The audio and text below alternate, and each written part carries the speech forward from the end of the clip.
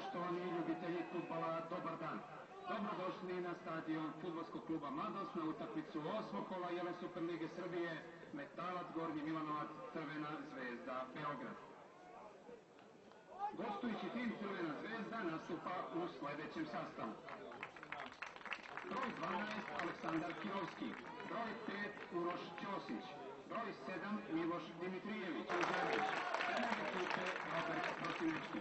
Na klupi za rezerve sedeće broj 22 Vesić, broj 9 Ferreira, broj 13 Adi, broj 18